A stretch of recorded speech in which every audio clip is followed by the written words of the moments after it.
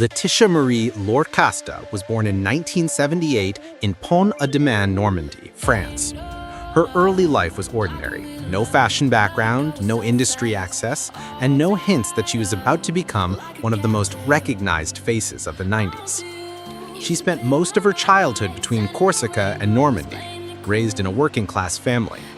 Life wasn't harsh, but it wasn't privileged either. She was a normal teenager dealing with school, family, and insecurities like anyone else.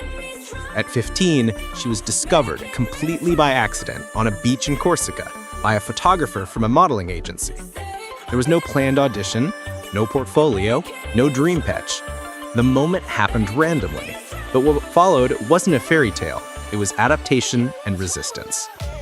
She entered the modeling world still looking like a teenager, and the industry didn't always know what to do with her. Some casting agents dismissed her early on, saying she looked too young, too natural, or not high fashion enough yet. The skepticism slowed nothing. It challenged everything.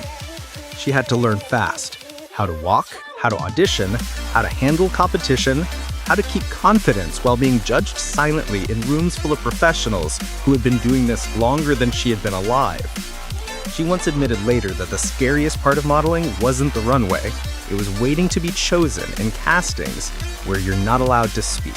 At 16, she signed with a larger Paris agency and moved between cities for auditions while still growing into herself. She faced rejection constantly. Not dramatic rejection, casual, frequent, draining rejection.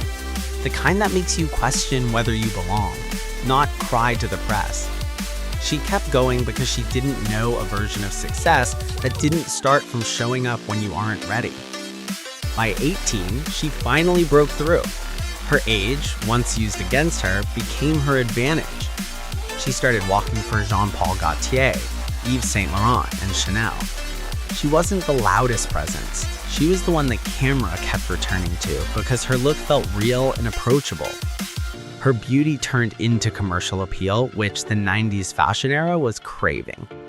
Then came the campaigns. L'Oreal signed her in 1998, making her one of the key global ambassadors during a time when beauty advertising was ruled by supermodels. But even there, she pushed back quietly. She refused to lose her natural features under excessive makeup edits because she believed beauty brands should highlight a face, not rebuild it digitally. That stance made her more popular among mainstream audiences.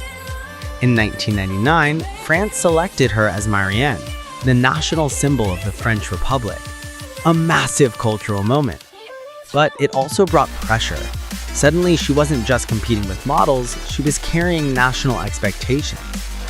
Interviews, public criticism, media opinions, political commentary, all directed at a teenager who entered the industry by being quiet on a beach. People started arguing not about her talent, but about her image, her identity, her role as a symbol. That pressure could have ended many careers. Hers didn't break, it hardened. In the same era, she entered acting.